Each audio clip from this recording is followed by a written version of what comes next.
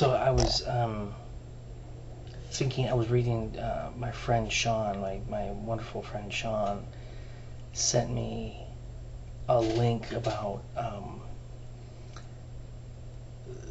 America being destroyed by design, and how it's being designed that we're going to destroy our infrastructure and tear down our current system, and it's all part of a design. And Sean wrote me a few weeks back, and he said, just hang in there, make sure you grow your own food. The shit's gonna go down. And so he's on that wavelength. He thinks that it's just the world economy is going to collapse, and America is going to take a huge kick in the ass. And I, for the most part, would have not really, on a large platform, cared much for conspiracy theories. Have never been my thing, but I'm into listening. I'm into grasping information that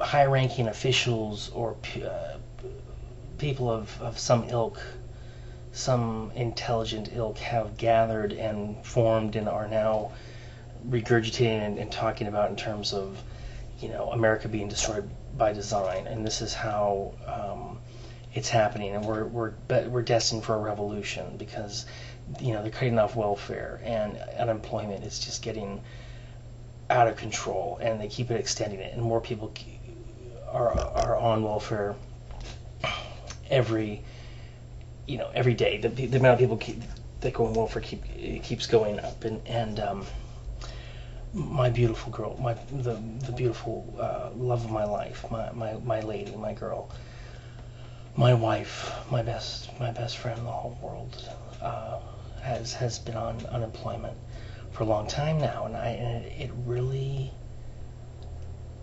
has not bothered me one iota. I have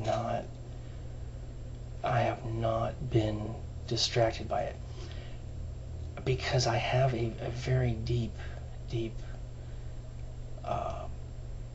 belief and sense that there are just some things that human beings, life is precious, and there are things that human beings should not have to endure. And cubicles and rich white motherfuckers with their suits and their Mercedes and their business meetings and their conference calls, and they're dictating to you in your cubicle how you're going to be and how you're going to act and how it's all going to go down, and your mannerisms and your attitude and your feelings and emotions being dictated by what you do on a daily basis in your cubicle job, it's just really disgusting to me. And I had to learn that through real experience. One job, my first job was in an empty lobby as a security guard, a glorified security guard. And I praised that job because I realized that I had no one looking over my shoulder, and it did give me some leeway to write. And then I went to a job that was the complete antithesis of that. I was in a cubicle, I was making customer service phone calls, and I was expected to take over 100 calls a day relating to garbage and recycling. And it was just so dehumanizing and so soul-sucking. I just couldn't believe that any human being could really want to do it on any level, even if their will and desire is to support their family. I felt like, and I still do, I honestly feel like even those who want to do it are brainwashed. They're brainwashed in the sense that they're learning that they can scrape by barely making ends meet, and they can do a wonderful job at helping somebody with their garbage, and they can be employee of the month, and this can be their life. And they think because they're doing a good job and because they're good at it, there's this process that continuously churns in their mind. I'm good at this. I'm good at it. I can do this. This is what I'm good at. Therefore, I feel enjoyment because I'm getting rewarded. I'm Employee of the Month. People like me here. I'm good at what I do. I know how to do this. I'm gonna hang in there. I'm gonna do this wage slave job. That's just absolute, it's dehumanizing.